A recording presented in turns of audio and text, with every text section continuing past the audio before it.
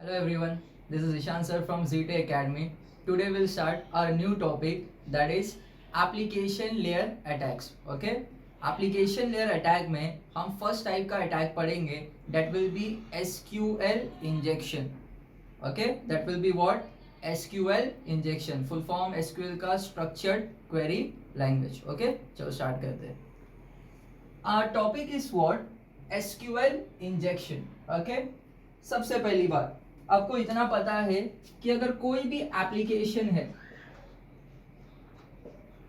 ठीक है, वो एप्लीकेशन को कनेक्ट करते हैं हम लोग वेब सर्वर से 3 tier आर्किटेक्चर में, और वेब सर्वर किससे कनेक्ट होता है?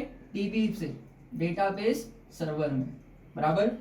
जो भी इनपुट हम एप्लीकेशन के जीयूआई में डालते, जीयूआई मतलब जैसे लॉगिन स्क्रीन हो गया, ओके, साइन अप का पेज हो गया, जो भी हम इनपुट डालते हैं वो फाइनली जाके स्टोर कहाँ पे होता है? डेटा बेस में. कहाँ जाके स्टोर होता है? डेटा बेस में. तो मैं कह रहा हूं कि हम ग्राफिकल यूजर इंटरफेस में, मतलब लॉगिन स्क्रीन में या साइन अप पेज में या जो भी सॉफ्टवेयर में डेटा डालते हैं फ्रंट एंड में, वो जाके स्टोर कहाँ होता है? Back and data base.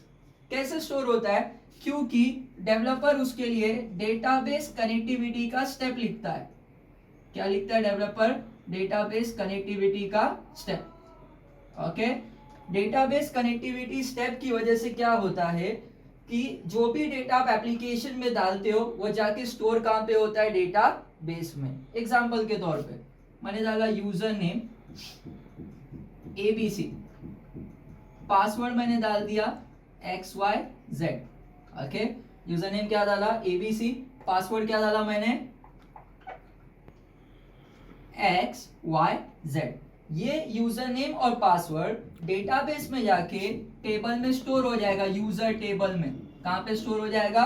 User table में. उसमें कॉलम हो सकते हैं जैसे UID, user name, UPass. Okay, तो मेरा कोई आईडी जनरेट हो जाएगा 1, यूजर नेम आएगा ABC, पासवर्ड क्या आ जाएगा? XYZ. तो कहने का मतलब ये था, जो भी हम इनपुट डालते हैं उससे रिलेटेड एसक्यूएल क्वेरी फायर होती है. उससे रिलेटेड क्या फायर होती है? SQL query. इस इनपुट के लिए कौन सी क्वेरी फायर होगी? इंसर्ट. कौन सी क्वेरी फायर होगी? इंसर्ट. इंसर्ट का काम है डेटाबेस में रिकॉर्ड डालना.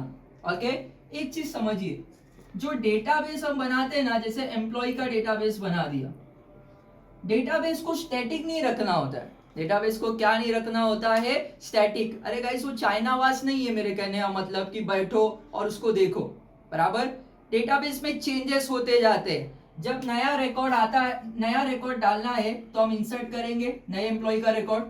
ओके, जब कोई एम्प्लॉय का पोस्ट या कुछ चेंज हो जाएगा तो हम अपडेट करेंगे, बराबर. जब एम्प्लॉय जॉब छोड़ देगा तो डिलीट कर देंगे, हाँ कि नहीं. जब एम्प्लॉय का रिकॉर्ड कितने हैं चेक करना है तो सेलेक्ट करेंगे, बराबर. तो कहने का मतलब ये है कि डेटाबेस का डेटा चेंजेस होते रहते हैं. We can do insert, select, update, delete. ये इंसर्ट, सेलेक्ट, अपडेट, डिलीट कौन सी लैंग्वेज में हम करेंगे? एसक्यूएल. कौन सी लैंग्वेज में करेंगे? SQL, structured query language.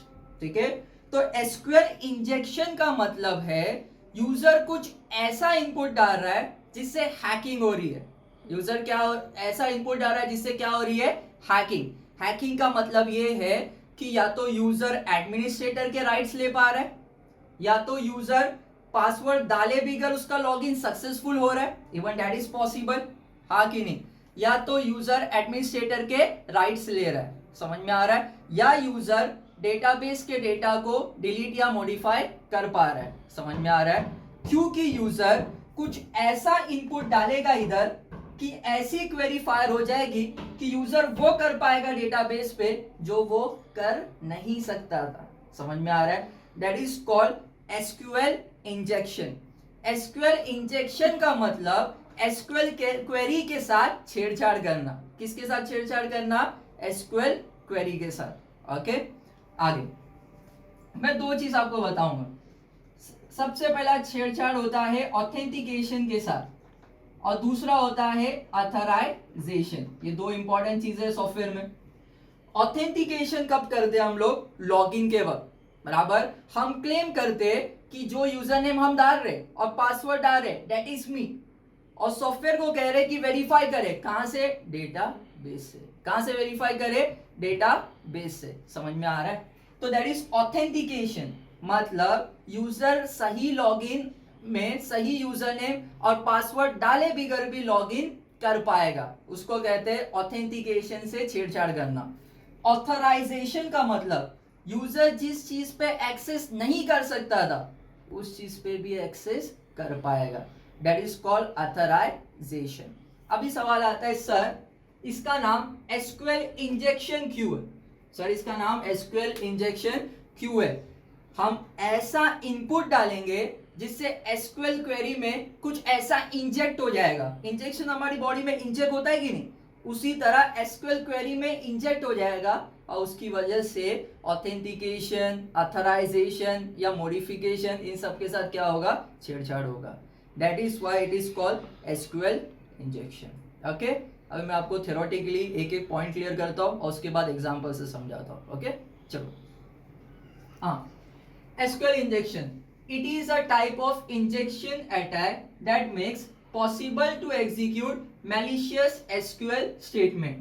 ये कह रहा है यूजर सॉफ्टवेयर में कुछ ऐसा इनपुट डाल रहा है, यूजर सॉफ्टवेयर में क्या कर रहा है? कुछ ऐसा इनपुट डाल रहा है जिसकी बदौलत मैलिशियस एसक्यूएल क्वेरी फायर हो रही, ऐसी एसक्यूएल क्वेरी जिससे यूजर ऑथेंटिकेशन या ऑथराइजेशन से छेड़छाड़ कर सके। समझ में आ रहा है? ठीक है, हो क्यों रहा है? यूजर के इनपुट से। गलती किसकी थी? वैलिडेशन की, जो आगे समझेंगे। Okay, next thing, attacker can use SQL injection to add, modify and delete record in the database. इस नाम से ये पॉइंट समझ में आ गया होगा कि अटैकर मॉडिफाई कर सकता है, डिलीट कर सकता है, बेसिकली अटैकर चेंजेस कर सकता है काय में? डेटाबेस में। समझ में आ रहा है? with the help of malicious SQL query। और SQL query की जरूरत क्यों है? डेटाबेस में ऑपरेशन करने के लिए, right? Next thing, to make SQL injection attack, attacker must find vulnerable input. Vulnerable का मतलब होता है वीकनेस। अटैकर को ऐसा इनपुट फाइंड करना है कि मैं अपनी लॉगिन स्क्रीन हो गई या कहीं पर भी, यार हम रेडियो बटन में क्या सेलेक्ट करते? जेंडर सेलेक्ट करते, चेक बॉक्स में सेलेक्ट करते, हाँ कि नहीं? ऐसा इनपुट फाइंड करना है जिससे मैलिशियस एसक्यूएल क्वेरी फायर हो, क्योंकि डेटाबेस में जो चेंजेस होंगे वो एसक्यूएल क्वेरी की मदद से ही तो होंगे। समझ में आ रहा है? आगे, SQL injection can be used to find database administrator credential as well as can be used to delete the table or record। Credential का मतलब यूजर नेम एंड पासवर्ड। तो ये क्या कह रहा है? एसक्यूएल इंजेक्शन की मदद से आप जो डेटाबेस में एडमिनिस्ट्रेटर बनाते हो, देखो डेटाबेस में जितने भी यूजर बनाते हैं ना, उसका डेटा यूजर टेबल में स्टोर होता है। कौन से टेबल में स्टोर रहता है? यूजर। ओके, आप एसक्यूएल इंजेक्शन की मदद से एडमिनिस्ट्रेटर के राइट्स ले सकते हो, क्योंकि आपने क्या फाइंड कर लिए? उसका यूजर नेम और पासवर्ड। बेसिकली आपने अथराइजेशन से छेड़छाड़ कर ली है। अगर आपने एडमिनिस्ट्रेटर के राइट पा लिए तो आपने मतलब अटैकर ने। Next one, SQL injection affect authentication as well as authorization. Authentication मतलब लॉगिन के साथ छेड़छाड़, अथराइजेशन मतलब एक्सेस राइट के साथ छेड़छाड़। ठीक है, एडमिनिस्ट्रेटर के राइट ले लेना। चलो, will start with our first example. Okay, तो दो एग्जांपल से मैं दो एग्जांपल से आपको समझा दूंगा कि कैसे एसक्यूएल इंजेक्शन एग्जीक्यूट होता है, यानी कैसे एसक्यूएल इंजेक्शन अटैक होता है। Okay, first point, first statement, you name is user name variable. Okay, you name variable में जो भी आप यूजर नेम डालोगे लॉगिन स्क्रीन पे वो स्टोर होगा, बराबर। रिक्वेस्ट मेथड है और ये पोस्ट रिक्वेस्ट ऑब्जेक्ट है और पोस्ट क्या है? मेथड। ठीक है, HTTP पढ़े होंगे आपने। HTTP के मेथड होते हैं गेट डेटा लेने, पोस्ट सर्वर पे सबमिट करने, पुट चेंजेस करने और डिलीट डेटा को हटाने के लिए। ओके, तो क्या बोल रहा है? यूजर नेम के अंदर, मतलब जो यूजर नेम का ब्लॉक है, कहाँ बनाऊं, एक सेकेंड। लॉगिन स्क्रीन में पहला एक लेबल आएगा यूजर नेम, ठीक है। इसमें आप क्या डालोगे, इनपुट डालोगे। नेक्स्ट वन इज पासवर्ड, इसमें भी आप क्या डालोगे, इनपुट डालोगे, हाँ कि नहीं। सपोज मैंने यूजर नेम में इनपुट डाला ABC और पासवर्ड डाला XYZ, तो ABC स्टोर होगा यू नेम में, XYZ स्टोर होगा पासवर्ड में, PASSWD वेरिएबल में। पोस्ट मेथड ये दो डिटेल कहाँ सबमिट करेगा, डेटा बेस में। Next equal to select ID from users. ID column है, टेबल का नाम क्या है, यूजर। वेयर क्लॉज यूज होता है स्पेसिफिक डेटा के लिए, के लिए यूज होता है जब हमको टेबल का स्पेसिफिक डेटा एक्सेस करना है। कौन से टेबल का, यूजर नेम का, तब हम यूज करते हैं where clause. Where user name equal to single quote और डबल क्लोज में प्लस यू नेम, इससे क्या पास होगा, यूजर नेम। कौन से लेबल का, यूजर नेम का। एंड मतलब एंड में, एंड क्यों, क्योंकि यूजर नेम और पासवर्ड दोनों सही होना चाहिए ना। एंड क्या बोलता है, अगर दोनों कंडीशन ट्रू है, दोनों इनपुट 1 1 है, तो ही रिजल्ट 1 होता है, हाँ कि नहीं। मतलब यूजर नेम भी डेटाबेस में से मैच होना चाहिए और पासवर्ड भी मैच हो जाना चाहिए, बराबर कि नहीं। तभी डेटाबेस डॉट एग्जीक्यूट एसक्यूएल क्या होल्ड करेगा, ये इनपुट जो हम पास कर रहे हैं। तो यूजर नेम में पास होगा user name, user name label के लिए पास क्या होगा, यू नेम। यू नेम में क्या पास हो रहा है, वेरिएबल में यूजर नेम, बराबर।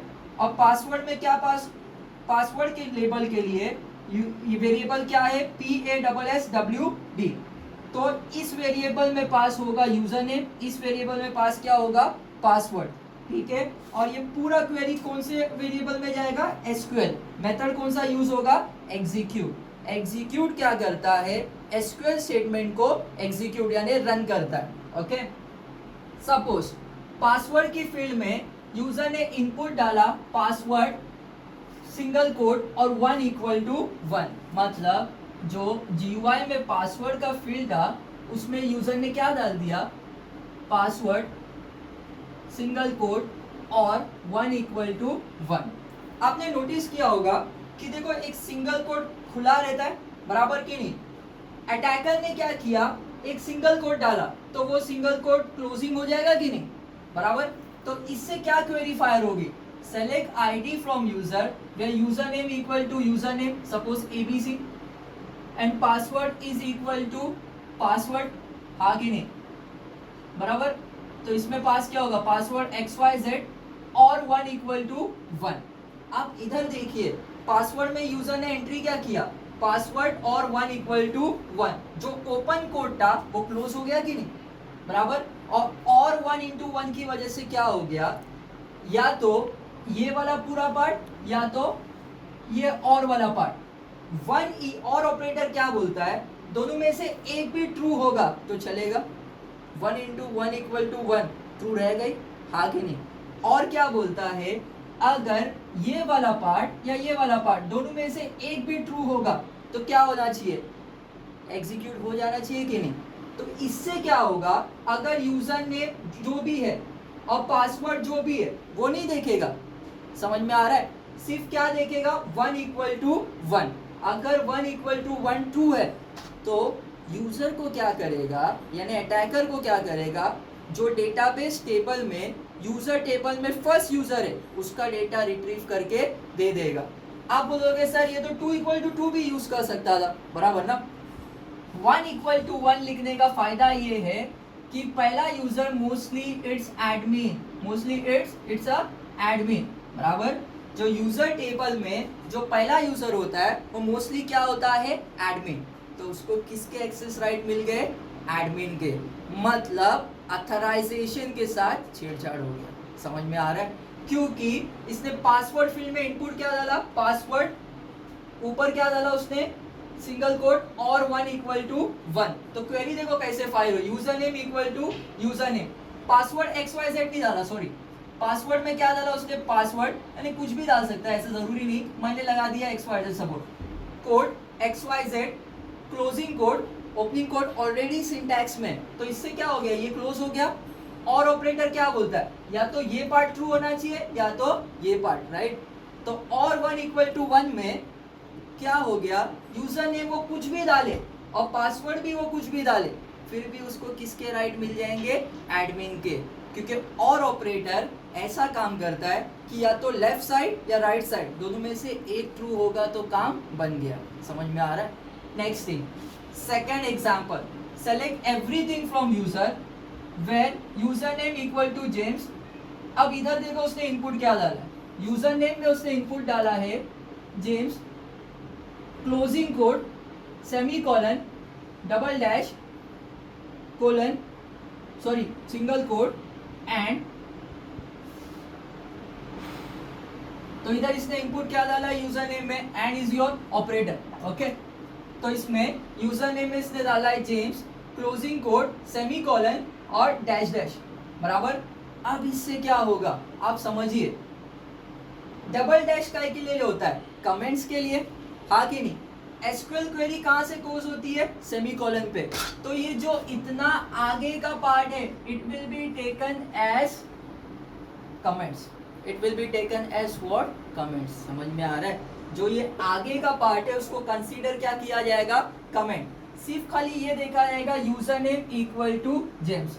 अभी सिर्फ यूजर नेम डालने के बेसिस पे सामने वाले को लॉगिन करने मिल रहा है। समझ में आया, क्योंकि उसने क्या किया, इनपुट क्या डाला, James, closing code, semi colon, dash dash.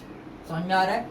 इससे क्या हुआ, और फिर कॉलन ये डैश डैश। ओके, इससे क्या हुआ कि जो आगे का पार्ट था, समझ में आ रहा है, it will be taken as comments. ठीक है, तो वो पार्ट एग्जीक्यूट ही नहीं होगा, खाली क्या देखा जाएगा, select everything from user where user name equal to James. समझ में आ रहा है, तो सिर्फ यूजर नेम डालने पे यूजर लॉगिन कर पा रहा है, यानी अटैकर लॉगिन कर पा रहा है। तो इसमें किसके साथ छेड़छाड़ हुआ guys, authentication. Okay, next prevention technique क्या है, इनपुट वैलिडेशन। यूजर जो इनपुट डाल रहा है वो चेक किए बगैर एसक्यूएल क्वेरी को फायर होने नहीं देना चाहिए। सबसे पहला चेक करो टाइप, मतलब अगर एज डाल रहे हो तो वो इंटीजर होना चाहिए, कॉलम ये कैरेक्टर एबीसी चलेगा क्या, नहीं। नेक्स्ट लेंथ डाल दो, 8 कैरेक्टर, 16 कैरेक्टर, लिमिट लगा दो। फॉर्मेट बस कोड को अलाउ नहीं करेंगे, समझ में आ रहा है, कोड को अलाउ नहीं करेंगे। ठीक है, नेक्स्ट ये भी अलाउ नहीं करेंगे, डैश डैश।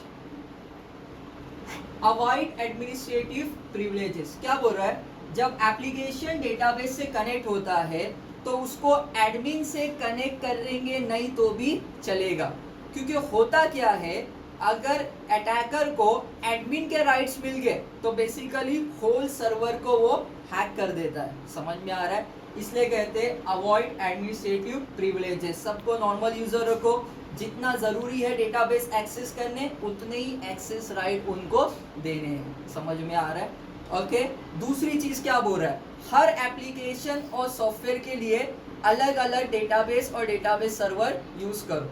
समझ में आ रहा है, जैसे मैं बोल रहा हूँ मैंने एक सॉफ्टवेयर बनाया, मैंने मल्टीपल 4 सॉफ्टवेयर बनाया, ओके, और एक ही डेटाबेस सर्वर यूज कर रहा हूँ और मल्टीपल डेटाबेस उसमें है, ठीक है, तो इट कैन ऑल्सो अफेक्ट। ठीक है, तो पहला तरीका क्या है, इनपुट वैलिडेशन चेक करना, बराबर, हाँ कि नहीं। अवॉइड एडमिनिस्ट्रेटिव प्रिविलेजेस, तो ये 2 टेक्निक्स है। इसके अलावा भी टेक्निक्स है, जैसे parameterize query, okay, store procedure जिसको कॉल करना पड़ता है। ये सारी टेक्निक भी अगर आप यूज करोगे तो आप इस एसक्यूएल इंजेक्शन अटैक से बच पाओगे। ओके गाइस, वीडियो स्टॉप करने से पहले मेरे को इतना कहना है कि आप मेरे चैनल को लाइक और सब्सक्राइब जरूर कीजिएगा।